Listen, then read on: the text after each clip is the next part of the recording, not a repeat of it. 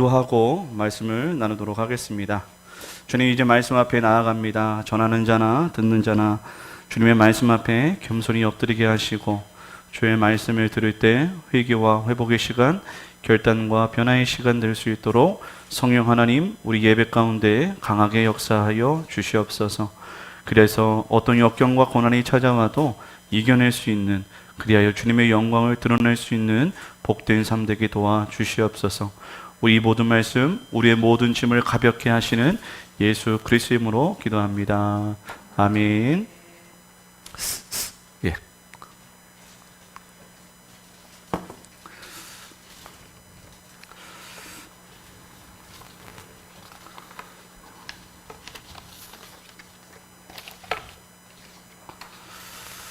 오늘 제목을 조금 좀 낮춰주시면 감사하겠습니다.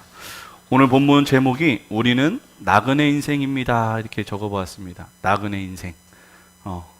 제목이 다르네요. 본향을 바라보는 나그네 인생. 이 제목 정하기가 참 힘들어요. 예, 이렇게도 적었다가 저랬다고 정했다가 해서 저도 헷갈리는 것 같습니다. 본향을 바라보는 나그네 인생. 사랑하는 여러분, 나그네라는 단어를 듣게 되면 여러분 어떤 생각이 좀 드십니까? 왠지 아무도 환영해주지 않는 인생, 그리고 이 세상에 섞이지 못하는 인생, 그 누구가 바로 나그네인 것 같습니다. 쉽게 말해 아무도 하지 않는 삶의 대명사가 바로 나그네인 것이지요. 그럼 창조주 바로 밑에 있다는 건물주라는 말은 어떠십니까? 건물주도 아닌데 듣기만 해도 괜시리 미소가 나옵니다. 나그네와 건물주, 정말 반대의 의미인 것이죠. 여러분, 나그네라는 뜻이 무엇인지 아십니까? 자기 고향을 떠나 다른 곳에 잠시 머물거나 떠오는 사람. 이런 사람에게 무슨 미래가 있고 어떤 계획과 소망과 어떤 뜻이 있을까요?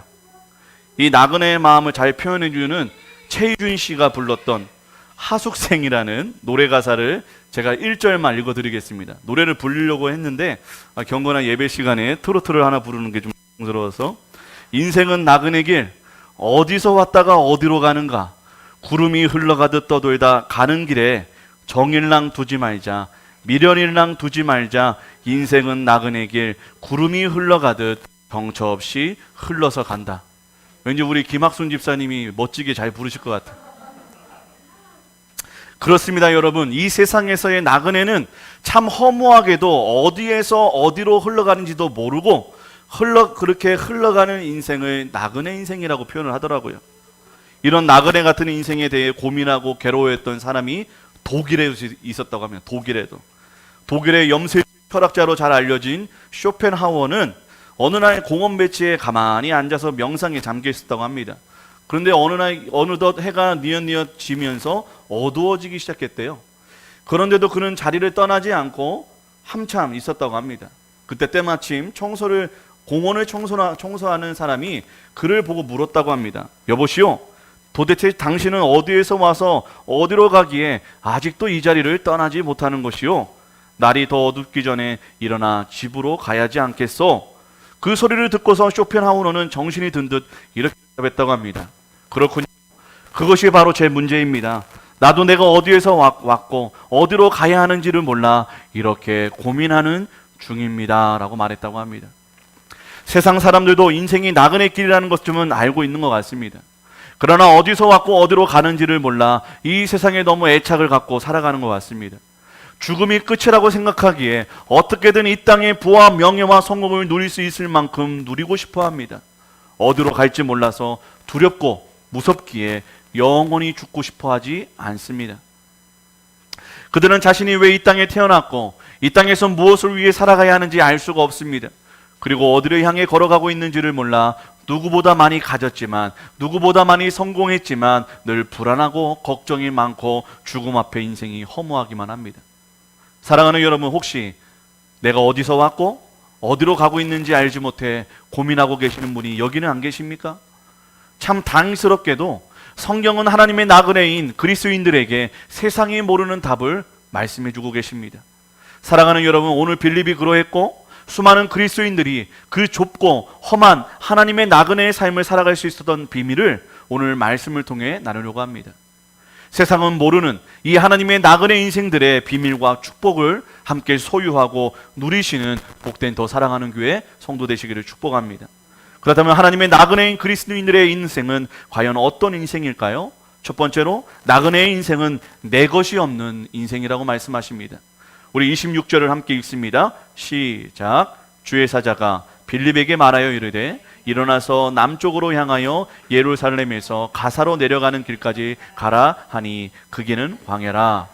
오늘 우리가 눈여겨볼 사건은 어떻게 간다게의 내시가 빌립을 통해 복음을 전해 듣고 구원받고 침례를 받았는가가 아니라는 것입니다. 그럼 뭔가요, 목사님? 라는 질문의 눈빛이 보여야 되는데 보이지 않고 있어요. 네.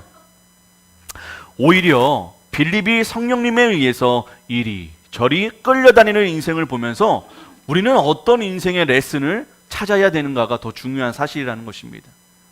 여러분, 어떤 사람만이 끌려다닐 수 있습니까? 가진 것이 없고 못 배우고 능력이 없고 그런 종이나 노예가 끌려다닙니다. 그리고 좋은 의미이든 아니든 자기 줏대가 없고 자기 고집이 없고 자기 주장이 없는 사람만이 끌려다니게 됩니다. 마지막으로는 또 다른 경우에는 자기가 사랑하고 의지하고 신뢰하는 사람에게는 끌려다닐 수 있다는 것입니다. 오늘 이 빌립은 세 가지 경우가 다 포함됩니다. 지난주에 나눈 것처럼 빌립은 사마리아 땅에 제2의 오순절을 일으킨 장본인이었습니다.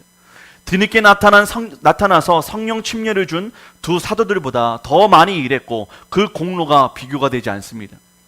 그는 사마리아의 베드로라 불려도 손색이 없는 일을 해낸 것입니다. 그래서 이 사마리아에서 이 복음 때문에 영웅 대접을 받으며 살아가도 누가 뭐라 할 수 없는 인생 역전이 일어난 인물이었습니다. 그런데 갑자기 교회 사자가 나타나 가사로 가라고 합니다.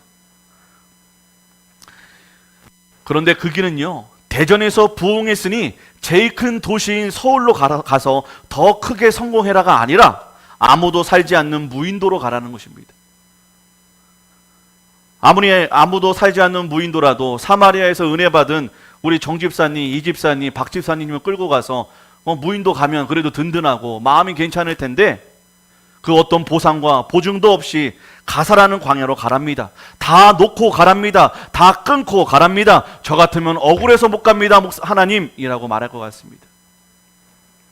그런데 생각해 볼 것이 있어요. 이 빌립이 어떤 사람이에요? 빌립은 복음 전도 사명을 위해 열정이나 사명감이나 계획이나 준비를 한 사람이 아니었던 것입니다. 그런데도 우리는 이 빌립이 일으킨 결과 때문에 빌립이 마치 주님 앞에 엄청난 충성된 종처럼 보이게 됩니다.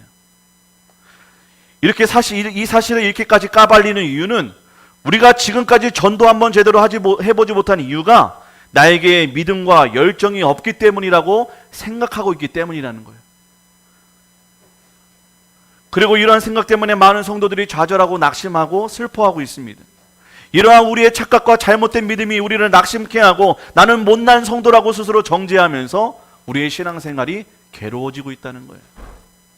아닙니다. 진짜 성도, 진짜 하나님의 나그네는 열정이 가득해서 먼 앞날을 내다보고 원대한 계획을 세우고 하나씩 추진해 나가는 스티브 잡스가 아니라는 거예요. 이 빌립처럼 처음 사마리아에 온 건 피난 온 곳입니다. 도망 온 거예요. 그 다음에 가사에 내려갈 때도 누구를 만날지도 몰랐고 왜 가야 하는지도 몰랐습니다. 그리고 아수도에 갈 때도 왜 내가 거기를 가야 하고 누구를 만나야 하는지도 전혀 알 수 없는 상황에 놓여지는 인생이 바로 그리스도인 하나님의 나그네라는 것입니다. 그냥 어느 날 이리 끌려가고 어느 날은 저리 끌려가는 일들을 마주쳐야 하는 게 나그네 인생이라는 거예요. 그리고 너무나 허무하게도 그동안 수고한 어떤 업적과 경력이 모두 쓸모없는 것만 옮겨지는 인생이라는 것입니다. 제가 조금 괜찮은 인생을 살았거든요. 저기 한 2만 명 있는 지구촌 교회에서 파트 사역을 하고 10,000명 있는 수원 중앙교회에서 한 4년 동안 풀타임 전도사를 하고 1,500명 정도 되는 성도가 있는 오산 침례교회에서 3년 동안 부목사, 교구 목사로 사역을 했습니다. 근데요, 점점점 이게 교회를 다니는데 지구촌에서 있었던 경험이 수원 중앙교회에서는 쓸모가 없고 수원 중앙침례교회에서 있었던 경험이 오산 침례교회는 쓸모가 없고 오산 침례교회에서는 있었던 경험들이 더 사랑하는 침례교회에서는 쓸모가 없더라 이겁니다. 이 말이 뭐냐면 내 경험, 내 능력을 의지하지 못하도록 하나님이 막아버리신다는 거예요. 그 순간 그 상황에서 내 경험, 내 능력, 내 배우를 믿는 것이 아니라 하나님을 믿도록 하나님을 철저하게 우리를 막아선다는 것입니다. 사랑하는 여러분, 하나님은 왜 이 빌립의 인생을 이렇게까지 이끄시고 바보같이 만들어 놓으셨을까요? 나그네에게는 자기 소유나 자기 집이 없어야 갈 수 있기 때문입니다. 만약 자기 집이 있고 자기 소유가 있으면 하나님보다 자기 소유를 더 의지하고 길거리 인생보단 아늑한 집을 더 좋아할 수밖에 없기 때문입니다. 광야의 삶만이 주님을 온전히 의지하게 되는 것이지요. 그래서 광야의 시간이 저주가 아니라 축복인 것입니다. 오늘날 모든 성도들이 빌립과 같은 나그네의 삶을 살라고는 못하겠습니다. 그러나 자신의 모든 것을 두고 떠나지는 못할 망정 내 재물과 내 소원을 하나님보다 위에 두는 삶은 멈춰야 되지 않을까요? 여러분들 보고 빌립보처럼 다 길거리 생활을 하라고는 말씀 못 드리겠어요. 하지만 적어도 내 재물 또 내가 바라는 것보다는 하나님을 더 위에 두고 살아야 되지 않겠냐는 것입니다. 그것이 나그네의 삶의 첫 번째 걸음이기 때문입니다. 물론 성도로서 신앙의 열심과 책임 그리고 복음 전도를 위한 구체적이고 준비된 계획이 있는 것도 필요합니다. 중요합니다. 그런데 어떤 의미에선 이런 인간의 철저한 준비 노력이 신앙을 대신해버리는 훨씬 인간적이고 세상적인 사고방식이 되기도 한다는 거예요. 여러분 물론 준비된 자도 사용하십니다. 하나님이 사용하세요. 하지만 능력도 없고 자격도 없고 열심도 없음에도 불구하고 그 누군가를 하나님께서 쓰시는 경우가 더 많다는 것입니다. 그래서 쓰임 받음이 은혜입니다. 그래서 하나님의 자들은 그 어떤 자랑할 것이 없는 것입니다. 우리가 결단을 하고 열정을 가지면 하나님이 짜잔하고 그 사람을 특별한 사람으로 변화시키는 게 아니라 그 사람을 그냥 있는 그대로 사용하신다는 거예요. 빌립을 뭔가 능력자로 변신시키고 업그레이드 시켜서 사용하신 것이 아닙니다. 그 빌립이 있는 그대로의 모습으로 사용하셨다는 거예요. 사도행전 8장의 빌립은 아무도 환영하지 않았고 그 누구도 빌립을 칭송하지 않았고 그 누구도 사마리아에서 가사 땅으로 갔다는 사실을 알아주는 이도 없었습니다.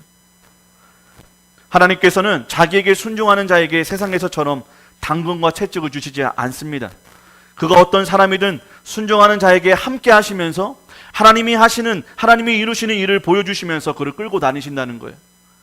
우리가 순종하면 부자가 되고 자녀가 성공하고 이게 축복이 아니라 순종하면 하나님이 나와 함께 하시고 하나님의 일이 어떤 과정과 어떤 방법으로 그 하늘의 뜻이 이루어지는지를 내 눈으로 보게 하신다는 것이 우리의 삶의 축복이라는 것입니다.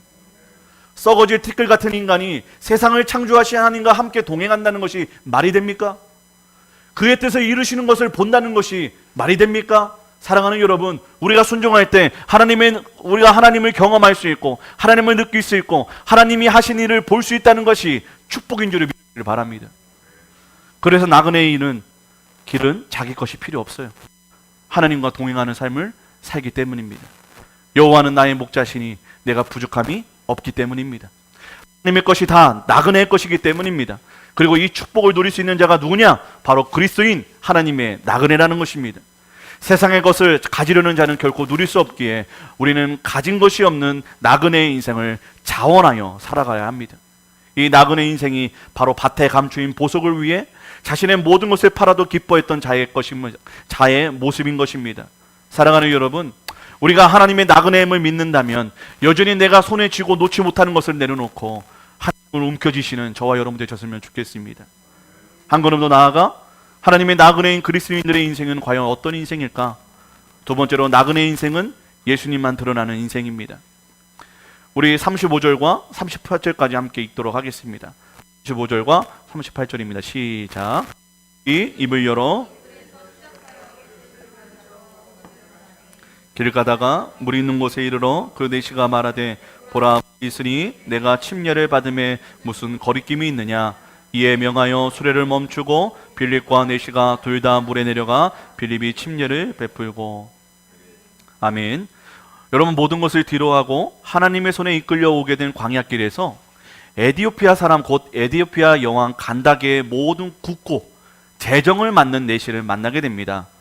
근데 성경의 재밌는 사실은 여러분 이 내시 앞에 무슨 이게 이름들이 많아요. 에디오피아 사람, 곧 에디오피아 여왕 간다게의 모든 국고를 맡은 넷이, 이렇게 길어요. 이 이름 앞에 뭔가 형용사가 많아요. 그러면 대단한 사람이라는 거예요. 예, 꽤 괜찮은 사람이라는 거예요. 가문이 좋은 사람이라는 거예요. 그런데 왜 이 에디오피아 사람 그 중에 넷이가 예루살렘에 예배를 하러 왔을까? 열왕기상 10장에 보면요, 이 솔로몬의 지혜에 탐복해서 이 솔로몬의 지혜를 시험하기 위해 온 스바 여왕이 있습니다. 이 스바 여왕이 솔로몬한테 뿅 가요. 반해버려요. 그래서 이게 풍성한 이게 재물을 이렇게 전해주고 올 뿐만 아니라 정치, 문화, 종교도 교류를 하게 됩니다. 근데 참 재밌는 건 스바 여왕이 아들을 하나 낳아요. 근데 그 아들의 아버지가 누군지 아세요? 솔로몬이에요. 그러니까 한 가족이 되다 보니까 이 종교나 문화나 정치나 그 모든 것들이 함께 교류가 되고, 또 유대교의 절기가 되면 사실은 이 스바 여왕 이후서부터 사신들을 보내서 이 절기를 함께 보냈다는 것입니다. 그리고 재밌는 것은 이 스바 여왕의 아들이 메넬리크 1세인데, 이 메넬리크 1세가 에티오피아의 시조라는 거예요. 그러니까 스바 여왕과 이 메넬리크 1세는 엄마와 아들 관계고, 또 이 나라가 스바 여왕의 나라에서 에티오피아로 이렇게 왕조가 변화된 사건이 있다고 합니다. 그래서 이 넷이가 유대교의 절기에 따라서 예배드리러 왔던 거예요. 근데 이런 이유로 유대교에 입교한 넷이가 예배를 드리기 위해 집으로 가는, 본국으로 돌아가는 길에 참 기가 막힌 타이밍으로 빌립을 만났다는 것입니다. 그러나 이 넷이를 만난 빌립은 이 광야에서 왜 넷이를 만났는지 알았을까요? 몰랐을까요? 몰랐습니다. 그렇게 멍 때리고 있는데 성령님이 말씀하십니다. 29절입니다. 성령이 빌립더러 이르시되 이 수레로 가까이 나아가라 하시거늘. 여러분, 참 하나님 너무나 불친절하십니다. 광야에 가면 넷이가 있다고 얘기를 해주시던가, 넷이를 만나면 이사야서를 읽고 있으니까 근데 알아듣지를 못하니까 가서 좀 설명 좀 해주라고 말씀을 기뜸을 좀 해주시던가, 그런 게 없습니다. 광야에 가라, 넷이한테 가라, 그렇게만 말씀하신다는 거예요. 그래서 우리 인생이 답답해요. 뭐 좀 구체적으로 상세하게 말씀해 주시면 참 좋은데 그런 게 없습니다. 대전에 가라. 가서 뭐 하죠? 어떻게 해야 되죠? 네. 대책 없게 하나님께서는 말씀하실 때가 참 많이 있습니다. 이런 삶이 마치 리모컨 같은 인생처럼 보입니다. 그러나 여러분, 이런 삶만큼 복된 삶도 없어 보입니다. 이 세상을 살아가는 인생 중에 누가 내일 일을 예측할 수 있고, 누가 내일 일을 준비할 수 있다고 할 수 있겠습니까? 우리는 아무것도 할 수 없어요. 무방비 상태입니다. 하지만 우리 하나님은 우리를 그렇게 모든 것을 알게 하시지는 않지만 하루하루 하나님께서 인도하고 계시고 가르쳐 주시고 계신다는 거예요. 이것이 어쩌면 우리의 삶은 복된 삶이 될 수 있다는 것입니다. 그래서 나그네는 믿음이 좀 필요해요. 야, 박 목사야, 너 오산에 있지 말고 대전 가서 목회해라. 거기 뭐 재정도 부족하고 제가 가면 더 힘들어질 건데요. 그래도 가라. 가서 내가 뭘 할지는 미리 얘기는 안 해주지만 너 가서 목회해라 라고 하십니다. 사실 불안하죠. 걱정이 되죠. 인간적인 눈으로는 와서는 안 됩니다. 근데 여러분, 이건 자랑이 아니고 간증인데 우리 교회의 재정이 1,000만 원이 넘었습니다. 네, 놀라운 사실이 벌어지고 있습니다. 제가 돈 번 거 아니거든요. 저 알바하지 않았거든요. 네, 재정이 늘어나고 있어요. 뭐 돈이 늘어나는 게 좋은 교회라는 건 아니지만 하나님이 채워주고 계세요. 제가 맨날 하나님의 속으로 돈 해서 그런지 몰라도 하나님이 채워주고 계세요. 하나님이 역사하고 계십니다. 도와주고 계십니다. 이끌어가고 계시다는 거예요.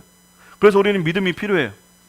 그래서 나그네는 참 주인 되신 예수님만 필요한 것입니다. 다른 거 필요 없어요. 뭐 일기예보 예측하고 뭐 주식 예측하고 그딴 거 필요 없습니다. 하나님이 인도해 주시는 한 음성이 우리의 한 걸음 한 걸음을 좌지우지하기 때문에 하나님만 필요한 거예요. 예수님만 필요한 거예요. 그가 내게를 인도하고 주도하고 책임지시기 때문입니다. 그래서일까요? 그리스도인들은 내 앞길이 막혀도 보이지 않아도 담대할 수 있는 것입니다. 기뻐할 수 있는 것입니다. 감사할 수 있는 것입니다. 그냥 내 삶을 지금 이 순간 만족하며 살아갈 수 있는 것입니다. 여러분, 때때로 우리 성령님이 유독 어떤 사람에게 복음을 전하라는 어떤 부담을 주실 때가 있어요. 그렇다고 뭐 전부는 아니지만 바로 그 사람이 무엇으로도 채워지지 않는 갈급함으로 고통당하고 목말라하고 있다는 것을 발견하게 됩니다. 그리고 그 텅 빈 마음에 예수님을 영접케 하실 때가 참 많이 있어요. 오늘 본문에도 빌립이 광야를 왜 가는지도 몰랐는데 그 광야에서 내시를 만나게 됩니다. 이사야서를 크게 열심히 읽고 있어요. 근데 깨닫지 못하는 내시가 있었어요. 그제서야 빌립은 내가 왜 광야로 보내졌는지, 왜 이 내시에게로 하나님께서 가라고 하신 이유를 깨닫게 됩니다. 사실 아무도 없어야 할 광야에서 이 내시를 만난 것이 우연이었을까요? 그리고 이 간다게의 내시가 이사야서를 읽는데 그것도 예수 그리스도를 예언하고 있는 이사야 53장을 읽고 있었다는 것이 우연이었을까요? 여호와 이레 하나님의 예비하심의 결과인 겁니다. 이 내시야말로 예수님이 필요한 자였고 하나님이 찾으시는 잃어버린 양이었음을 빌립은 알게 됐다는 거예요. 결국 이례적인 순종이 아닌 끝까지 순종해야만 하나님의 뜻과 마음을 알게 된다는 것입니다. 이 빌립은 곧장 이 내시가 깨닫지 못해 갈급해하는 문제의 답을 제시합니다. 바로 예수 그리스도를 소개하고 영접시키고 그 감격과 기쁨을 주체하지 못한 이 내시는 체면에 상관없이 침례를 받게 됩니다. 사랑하는 여러분, 이 세상을 살아가는 모든 사람은 죄와 죽음으로 자유로울 수 없습니다. 이 말은 그 어떤 누구도 이 세상의 그 어떤 것으로도 채워지지 않고 만족할 수 없는 목마름과 갈증과 고통이 있다는 거예요. 오늘 여기 계신 분들 중에도 계시지 않습니까? 그렇다면 이 시간 우리의 구주 되신 예수님이 저와 여러분들을 위해 이 말씀으로 찾아와 주셨음을 믿으시길 바랍니다. 아멘. 주 예수여 내 마음에 오시옵소서라고 영접하시기를 바랍니다. 예수님만이 나의 목마름과 갈증을 해결하십니다. 예배당까지 찾아오셔서 혹 다른 것을 찾고 계시지는 않습니까? 아닙니다. 우리가 찾고 만나야 할 분은 복음 대신 예수 그리스도 한 분임을 믿으시길 바랍니다. 동시에 우리는 여전히 세상에서 고통받는 자들에게 우리의 눈과 마음이 향해지기를 기도해야 합니다. 그리고 이들의 목마름과 아픔이 보였다면 세상의 것이 아닌 오직 예수 그리스도로 그들의 심령을 채워줘야 합니다. 여러분, 그들은 자신들이 어떤 상태인지도 모른 채 여전히 돈이 없어서, 건강이 없어서, 성공을 못해서, 권력이 없어서 목마르다 여깁니다. 그래서 예수를 전해도 이 예수의 복음이 당장은 필요하지 않다고 말합니다. 나는 내 힘과 내 능력을 믿는다고 말합니다. 지금 어느 시대에 예수 탄영하고 있냐고 우리에게 핀잔을 줍니다. 그래서 우리들은 무한을 당하고 수치와 모욕을 당하거나 핍박을 받을 수도 있습니다. 그럼에도 불구하고 우리는 예수를 전해야 합니다. 그들이 알든 모르든 원하든 원하지 않든 그들의 문제를 근본적으로 해결할 방법은 오직 예수 믿는 길 외에는 없기 때문입니다. 여러분, 다른 것으로 사람들의 호감을 사거나 위로가 되어주려고 하지 마시기 바랍니다. 그들에게 필요한 것은 돈이 아니에요. 능력이 아니에요. 친절과 나이스한 관계가 아닙니다. 세상 쾌락이 아닙니다. 아니, 그런 것들은 이미 그들이 더 많이 갖고 있어요. 더 많이 이미 누리고 있습니다. 이미 자신이 가진 것들에 의해서 실망하고 있는 존재들이라는 것입니다.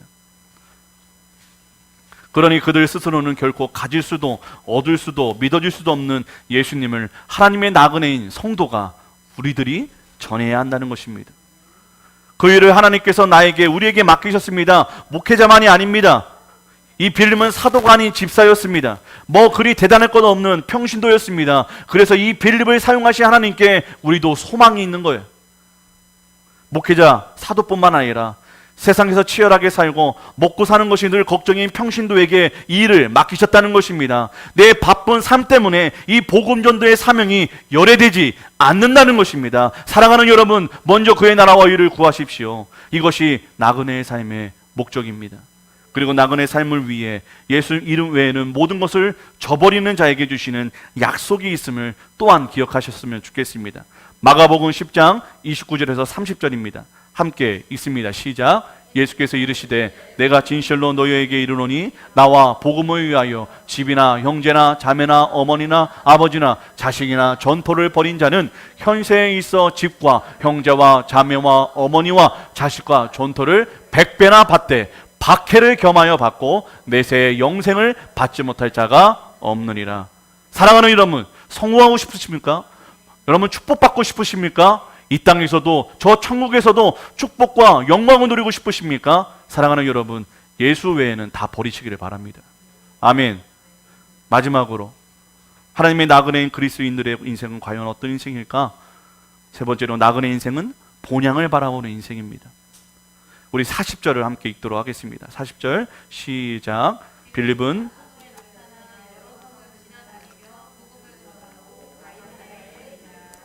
여러분, 만일 빌립이 자기가 전도한 이 네시의 나라로 같이 갔다고 한다면 분명 한 자리 차지했을 것입니다. 네. 아니면 네시의 후광을 뒤에 업어서 교회를 이렇게 세우게 되면 에티오피아의 예루살렘과 같은 교회를 개척할 수도 있었을 것입니다.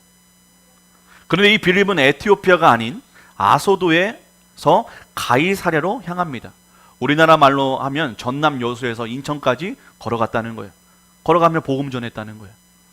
이 빌립은 어떻게 철저하게 자기 재산을 불릴 생각도 않고 집 한 채 살 생각도 않고 안락한 가정생활도 유명하고 영향력이 있는 종교 지도자가 될 생각도 하지 않고 어떻게 이런 길을 걸어갈 수 있었을까?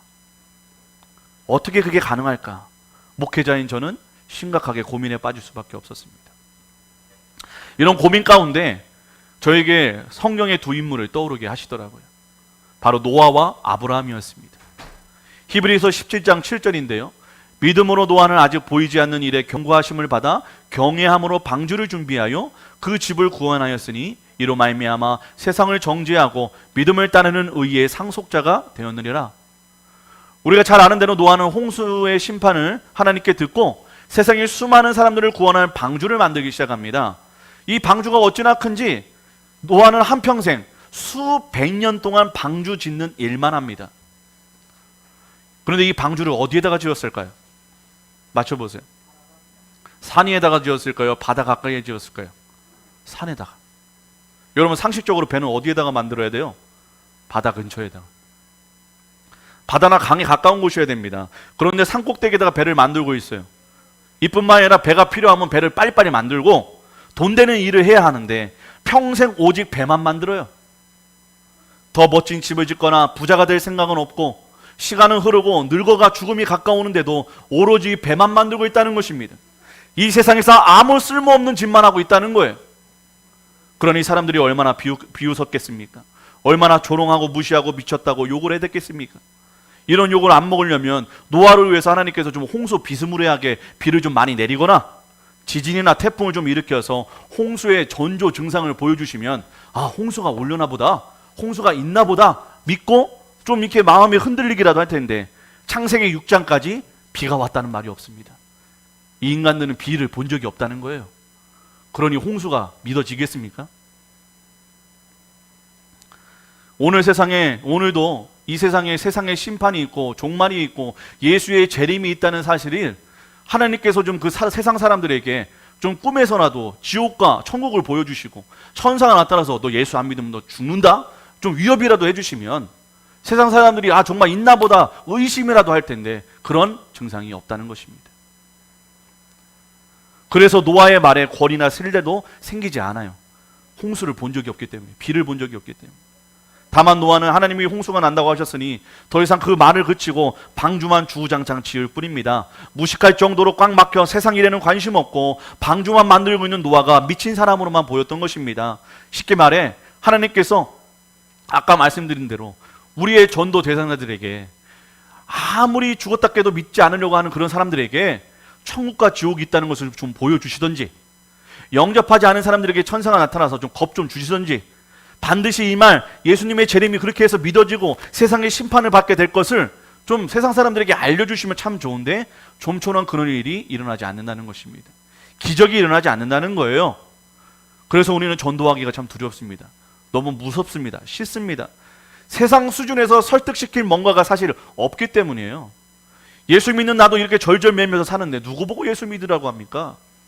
나에게는 자격이 없어요, 목사님, 하나님이라고 말할 수밖에 없다는 거예요.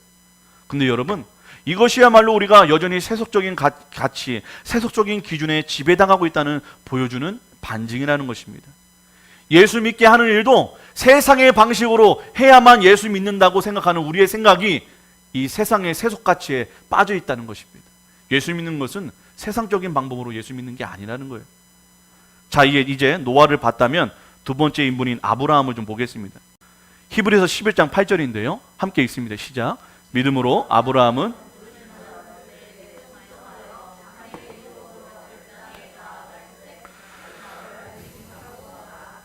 예, 조금 힘드시죠? 예. 제가 설교 짧게 하려고 했는데 오늘 마이크 땜시 조금 길어진 것 같습니다.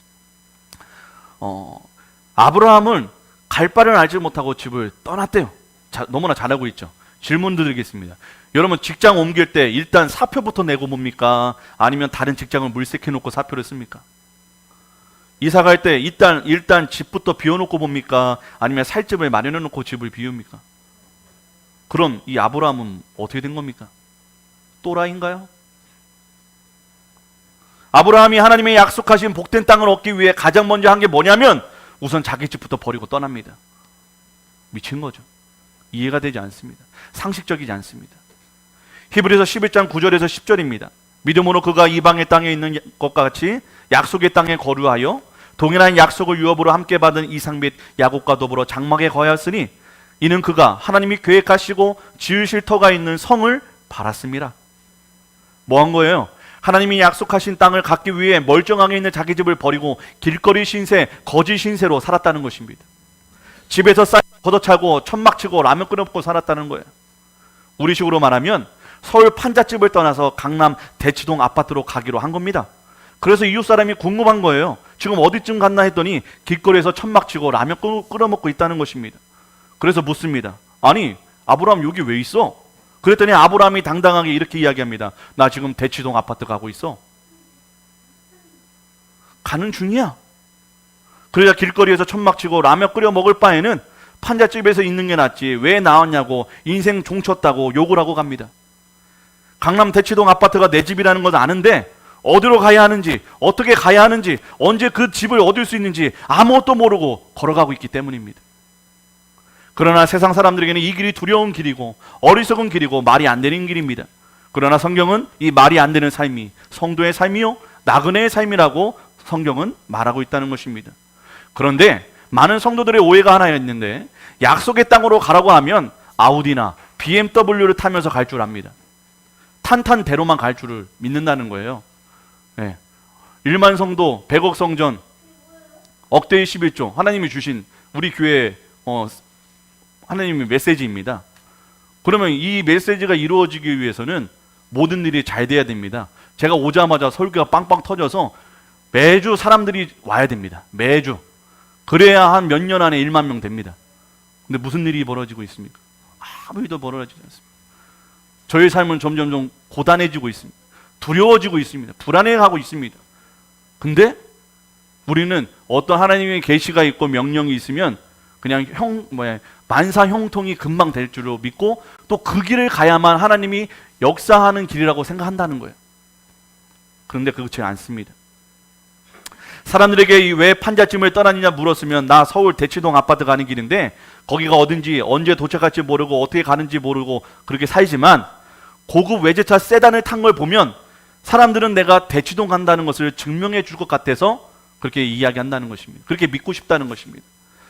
제가 1만 명 성도 되는 교회 담임 목사가 된다고 한다 치면 저에게는 좋은 일만 빵빵빵빵 터져야 됩니다. 그래야만 나 1만 명 성도 되는 교회 만들어 가고 있어 라고 이야기할 수가 있거든요. 근데 인생이 맨날 하는 것보다 망합니다. 설교만 할 때마다 죽을 씁니다. 그런데 저는 당당하게 우리 교회는 1만 명으로 향하고 있습니다 라고 이야기할 수 있는 사람이 없다는 것이죠. 근데 성경은 우리의 기대를 항상 무너뜨립니다. 히브리서 11장 13절에서 14절인데요. 이 사람들은 다 믿음을 따라 죽었으며 약속을 받지 못하였으되 축복한 약속된 축복을 받지 못했다는 거예요. 그것들을 멀리서 보고 환영하며 또 땅에서는 외국인과 나그네임을 증언하였으니 그들이 이같이 말하는 것은 자기들이 본향 찾는 자임을 나타냅니다. 만약 우리가 아우디나 BMW나 벤츠 타고 대치동으로 이사 간다고 하면 즉 예수 믿고 천국 가는 길이 그 길이 부귀영화나 성공이 보장되는 길이라고 한다면 우리가 믿는 예수님, 우리가 가고자 하는 천국에 세상 사람들이 다 쫓아올 것입니다. 다 올 거예요. 그런데 이 사람들이 진짜 왜 쫓아오냐? 우리가 믿는 예수, 우리가 갈 천국이라는 영생을 위해 교회 오거나 예수 믿는 것이 아니라 예수 믿으면 언제 어떻게 갈지 모르는 대치동 아파트로 이사가는 거에 관심을 갖는 게 아니라 천국 가는 거에 관심 있는 게 아니라 이사 갈 때 고급 외제차라는 썩어질 재물을 얻고 싶어서 교회 온다는 것입니다. 이 세상에서 만사형통 얻고 싶어서 교회 온다는 거예요. 사람은 아무리 영원한 것이 저기 있다고 손가락질해도 영원한 것을 보는 게 아니라 이 손가락을 본다는 것입니다. 그래서 답이 없어요. 예수님을 믿게 하려고 축복한 건데 정작 축복을 주면 축복만 갖고 예수님을 구주로 영접지 않는 것입니다. 제가 이전 교회에서 어머니 기도회를 인도했어요. 찬양 인도를 했는데 이게 연초가 되고 이 고3 수험생들의 어머님들이 빼곡하게 앉아서 기도를 눈물을 흘리며 기도합니다. 열정적으로 찬양하고 간절히 예배합니다. 근데 수능이 끝나는 그 다음날 아무도 없습니다. 네, 다 사라져버립니다. 예수 믿으면 축복이 있다고 말하면 예수 믿을 것 같아요. 예수 믿으면 모든 것이 다 됩니다. 예, 건강도 암도 다 없어지고 다 치유됩니다. 예, 맞는 말입니다. 예수 믿으면 만사형통 됩니다. 하지만 그렇게 전하면 예수를 안 믿고 축복만 받는다는, 축복을 받고 이제 다 됐으니까 교회 나간다는 거예요. 또 교회 다녀도 예수 믿는 게 아니라 예수 믿는 제대로 제자가 되는 것이 아니라 축복을 바라는 팬이 된다는 것입니다. 그래서 하나님은 그런 방법으로 우리에게 예수님을 또 천국을 인도하지 않는다는 거예요. 오히려 노아같이 세상을 뒤로하고 방주를 만드는 사람에게, 아브라함같이 대책 없이 사는 사람에게, 빌립같이 복음의 방랑자 같은 삶을 사는 사람에게 그 사람을 통해 예수 믿게 하시고 천국이 있음을 보여준다는 것입니다. 어떻게 해요? 이 믿음의 사람들을 보면서 세상 사람들은 의문이 든다는 것입니다. 아니, 당신은 왜 한평생 돈도 안 되는 복음 전도만 하고 사십니까? 그래가지고 어떻게 처자식을 먹여 살리십니까? 아내가 이혼하자고 안 합니까? 아니, 왜 당신은 승진하기 위해 줄을 설 생각은 안 하고 어리석게 정직하게 보고를 하고 속임수를 쓰지 않습니까? 아니, 왜 당신은 코로나로 다 죽어가는 판에, 다 흩어지는 판에 오히려 더 교회에 모이고 예배를 드립니까? 코로나가, 정부가, 죽음이 두렵지 않습니까? 당신은 왜 손해보고 시간을 뺏기면서 저를 도와주고 섬겨주십니까? 당신은 왜 원수를 사랑하고 용서하십니까? 당신은 왜 그렇게 사십니까? 라고 비로소 세상 사람들이 우리들한테 묻는다는 거예요. 그때 우리는 말할 수 있어야 돼요. 저는 천국이 저의 집인 사람입니다. 비록 이 땅에 잠시 버타며 살고 있지만 저는 영원히 살 집이 저 천국에 있는 사람입니다. 그런데 천국은 하나님이 다스리는 곳이에요. 그러나 이 세상은 사단 마귀의 통치를 따르는 곳입니다. 이전엔 저도 사단 마귀를 따랐어요. 하지만 예수 믿고 천국 백성이 되었기에 하나님께서 저를 다스리는 삶이 되었습니다. 그런데요, 세상 사람들이 제가 하나님 믿는 천국 백성이라는 것을 모르더라고요. 그래서 아직 천국에 가지 못했지만 이 땅에서도 하나님께 순종하고 세상에 거스르는 나그네의 삶을 통해서 제가 천국 백성임을 증명하고 있는 것이 저의 삶이라는 것입니다. 그리고 또 하나 중요한 사실은 죽지 않아도 천국을 경험할 수 있는데 하나님의 말씀을 순종하는 자는 그가 어디를 가든지 그곳이 바로 천국이라는 것입니다. 사랑하는 여러분, 노아와 아브라함 그리고 빌립이 이 세상 가치와 트렌드를 거절하고 따르지 않았던 이유는 그들은 세상의 다스림을 받는 사단의 백성이 아니라 하나님의 다스림을 받는 천국 백성이었기 때문입니다. 이 땅에서 사단의 다스림을 받다가 죽고 난 다음에 갑자기 하나님의 다스림을 받는 법은 없습니다. 이 땅에서도 하나님의 백성으로 살았기에 하나님 나라 천국 우리 본향을 기대하고 바라보고 결국 입성할 수 있는 것입니다. 사랑하는 여러분, 이 세상이 내 집이 아니기에 지금 사는 집을 살 필요도 넓히고 인테리어 할 필요도 없는 것입니다. 월세, 전세 사는 사람은 결코 지금 살고 있는 집에 값비싼 리모델링으로 자기 시간과 돈을 낭비하지 않는 것입니다. 우리의 진짜 집을 위해 나의 마음, 나의 시간, 나의 물질을 집중하고 쏟아내는 자가 진짜 지혜롭고 복된 인생은 아닐까요? 이런 우리의 고백을 듣고 나서야 세상 사람들은 최희진 씨가 부른 하숙생의 노래말은 틀렸다는 것을 깨닫게 됩니다. 그렇구나, 어디에서 와서 어디로 가는지 모르는 인생이 아니라 우리 모두가 하나님께로부터 와서 누군가는 하나님의 다스림을 받고 저 천국에 가고 누군가는 영원한 불지옥으로 가는구나. 이 세상이 나의 마지막 집이 아니라 잠깐 머물며 나의 진짜 영원한 집을 정하는 곳이구나 라고 깨닫게 된다는 것입니다. 예수 믿어라, 천국에 가야 한다는 말라고 말하면 세상 사람들은 죽어봐야 아는 거 아니냐고 말합니다. 여러분 죽어서 예수님을 믿을 수도 없지만 믿는다고 해도 이미 죽은 자는 지옥에서 천국을 갈 수 없습니다. 이 땅에 살았을 때 예수 잘 믿고 말씀에 순종해야 우리의 본향에 들어갈 수 있는 것입니다. 사랑하는 여러분, 여러분들은 무엇을 바라보고 그렇게 사시기에 이토록 더 갖지 못하는 게 화병이 나고 주를 위해 희생하고 손해보는 삶이 억울하십니까? 무엇을 더 귀히 여기시기에 영원한 내 본향이 나의 소망과 위로가 되지 못하고 여전히 세상 속에서 절망하고 소망을 잃어버리셨습니까? 혹여 천국보다 이 세상을 더 사랑하기 때문은 아닙니까? 여전히 하나님의 다스림이 아닌 사단 마귀의 다스림을 받고 있기 때문은 아닙니까? 사랑하는 여러분, 우리는 언젠가 다 티끌로 갑니다. 흙으로 갑니다. 그러나 예수 믿는 우리는 흙에서 왔다가 하늘로 가는 존재가 된 것입니다. 이것이 예수 믿는 자들의 상급이자 복된 소식인 것을 믿으시기를 바랍니다. 이 놀라운 존재로 거듭나게 한 예수 이름을 전하는 것이 영원한 집을 소유한 자들의 증거가 아닐까요? 노아도 이 본향을 바라보며 온갖 오해와 조롱 속에서도 방주를 지어갑니다. 아브라함도 이 본향을 바라보았기에 믿음의 조상이 되었습니다. 빌립도 이 본향을 바라보며 복음의 나그네로 끝까지 살아갑니다. 사랑하는 여러분, 여러분들도 이 본향이 나의 진짜 집임을 믿으십니까? 그 믿음을 무엇으로 증명하시겠습니까? 이 믿음을 증명하는 길은 세 가지뿐입니다. 예수 이름 전하는 것입니다. 말씀에 순종하는 것입니다. 나의 인격과 성품이 예수 닮아가는 것입니다. 이것이 천국에 짐이 있는 자들의 천국 주민이 보여주는 증거인 것입니다. 천국 가기 위해 우리가 이렇게 살아야 되는 것이 아니라 내가 이미 천국을 소유했기에 이런 삶을 누려야 된다는 것입니다. 사랑하는 여러분, 우리는 하나님의 나그네입니다. 그러나 세상의 허무한 나그네가 아닌 하나님의 것이 내 것인 나그네, 모든 걸음이 예수님만 보여주는 나그네, 이 땅에서의 하나님의 다스림에 순종함으로 내 본향이 하늘나라임을 보여주는 나그네인 것입니다. 사랑하는 여러분, 기억하시기를 바랍니다. 우리는 여전히 세상에 외면하는 나그네의 삶을 살 것입니다. 그러나 우리의 끝은 천국의 집으로 돌아가는 축복이 예배되어 있는 삶입니다. 오늘부터 우리의 모든 삶의 이유가 세상이 아닌 내 본향 천국의 짐을 위해 살아가길 원합니다. 그 증거로 하나님의 말씀에 순종하고 복음을 전하고 천국 백성다운 성품과 인격을 맺어가는 그 여정의 삶을 오늘부터 출발하시는 하나님의 나그네 되시기를 예수 그리스도의 이름으로 축원드립니다. 함께 기도합니다. 주여, 세상의 다스림을 거절하고 하나님의 다스림을 받는 하나님의 나그네 인생 되기를 소망합니다. 그래야 천국이 있음을 세상 사람들이 믿게 하셔서 그들도 예수를 믿고 천국을 소망케 하옵소서. 우리 모두가 하나님의 나그네의 길을 걸어가게 하셔서 하나님의 것이 내 것이 되는 삶, 예수만 전하는 삶, 마침내 본향에 돌아가는 삶 되게 하옵소서. 이 모든 말씀 예수님의 이름으로 기도합니다. 아멘. 우리 말씀 생각하시면서 또 결단하시면서 내일이는 난 몰라요 함께 찬양합니다.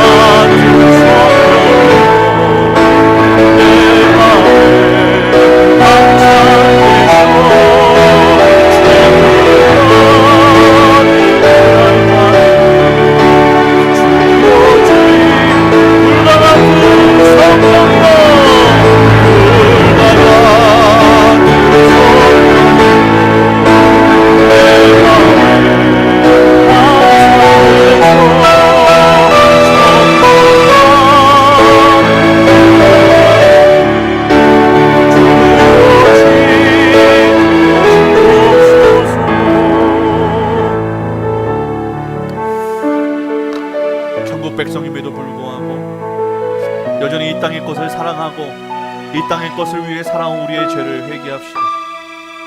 앞으로의 우리의 삶이 세상이 아닌 하나님의 다스림을 받을 수 있도록 우리를 내어드리는 기도했으면 좋겠습니다. 나의 주인이 세상과 내가 아닌 예수님이 되시도록 우리 다시 한번 새롭게 예수님을 영접합시다.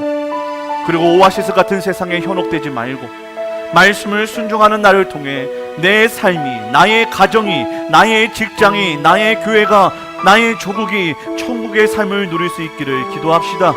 그리하여 우리의 본향 천국을 사모하는 자들이 나로 인해서 날마다 늘어날 수 있기를 기도하기를 원합니다. 그리하여 끝까지 나그네의 삶을 살다 나의 영원한 집, 나의 본향에 돌아가는 내가 될 수 있기를 간절히 주여 한번 외치며 주님 천국을 바라보며 이 땅의 염려와 걱정을 내려놓고 영원한 것을 위해 살아가는 내 인생이 되게 달라고 이 시간 주여 한번 외치 주님 함께 뜨겁게 기도합니다.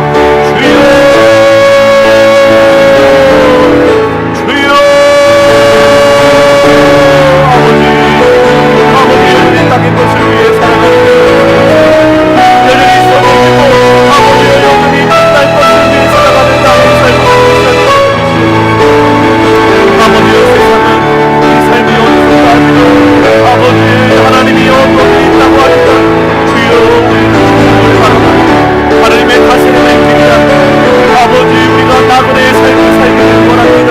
아버지 이 땅의 것을 모두 세상을 내어주게 되어주시고 천국의 본향의 집을 사모하며 아버지 이 고난을 이 아버지의 역경을 이겨낼 수 있도록 아버지와 날마다 우리를 인도하여 주시옵소서. 말씀하여 주시옵소서. 성령의 우리와 역사하여 주셔서 아버지의 내 삶이 이 세상에 살아가는 인생이 아니라 하나님의 말씀과 아버지 영원한 천국을 향해 살아가는 인생 되게 도와주시옵소서. 천국을 바라볼 때에 아버지 그 천국의 말씀자들이 날마다 나아가기를 원합니다. 우리를 통해 저 아버지 이 땅이 아닌 저 천국을 바라보는 자들이 날마다 늘어나기를 원합니다. 우리를 사용하여 주시옵소서. 우리의 교회를 열어주시옵소서. 우리가 복음의 인생 되기를 원합니다. 예수만을 전하면 나그네 인생 되기를 소망합니다. 주여 이 땅의 것을 위해 아버지 살아가지 않게 도와주시고 아버지 주의 영광을 위해 살아가게 도와주시고 아버지 주의 영광을 위해 저 천국의 본향을 위해 우리가 살아가게 도와주시고 주여 세상 것으로 마음 아파하지 않게 도와주시고 아버지 내가 천국 백성답게 살지 못하며 가슴 아파하며 회개하며 살아가는 하나님의 도와주시옵소서. 내일을 나는 모릅니다. 주님만 바라봅니다. 하루하루 한 걸음 한 걸음 주님의 말씀 주여 인하지 않겠습니다. 건강하지 않겠습니다. 두려워하지 않겠습니다. 해롭지 않겠습니다. 내가 천국의 백성이기에 감사하겠습니다. 만족합니다. 찬양하겠습니다. 오 하나님 우리의 믿음을 드리게 도와주시고 나그네의 삶을 살아가게 주시옵소서. 주님 감사합니다. 우리의 삶의 방향이 천국 본향의 방향 삶으로 우리의 마음과 우리의 심령을 향하게 하시니 감사합니다. 주여 이 땅의 것을 위해 눈물 짓지 않게 도와주시고 여전히 이 천국을 알지 못하고 예수 그리스도를 알지 못하고 죽어가는 영혼들을 위해 올 수 있는 아버지 하늘 백성, 천국 백성, 하나님 아버지의 자녀다운 삶되게 도와주시옵소서. 주여 이 땅에 뿌리내리기 위해 사는 것이 아니라 저 천국에 뿌리내리기 위해 하나님의 나그네로 살기를 결단합니다. 외로울 것입니다. 아버지 참으로 고독하고 괴로울 것입니다. 비난당하고 조롱당하고 어리석다 할 것입니다. 하지만 아버지 우리는 하나님께 주시는 위로와 하나님께 주시는 소망이 있기에 저 천국 본향이 나의 집이기에 아버지 이 땅의 것을 아버지와 바라보지 않겠습니다. 80년 살 것을 위해 우리의 삶을 투자하는 것이 아니라 영원한 삶을 위해 투자할 수 있는 영안을 열어주셔서 아버지 이 세상의 것을 하나님께 온전히 드리고 영혼 구원하는 내 것을 쓰는 복된 인생 되게 도와 주시옵소서. 이제는 우리 주 예수 그리스도의 은혜와 하나님의 사랑과 성령님의 충만하심이 하늘의 것을 저 천국 본향이 나의 집임을 믿고 이 세상의 것을 위해 살아가지 않기로 결단하는 믿음의 사람들, 천국의 사람들, 하나님의 나그네로 살아가기로 결단하는 모든 더 사랑하는 교회 성도들 머리 위에 이제로부터 영원토록 함께 하시기를 간절히 축원하옵나이다. 아멘. 아멘. 주여 이들을 축복해 주시고 믿음의 선로에서 벗어나지 않도록 그 믿음을 부여 주시옵소서. 붙잡아 주시옵소서. 깨닫게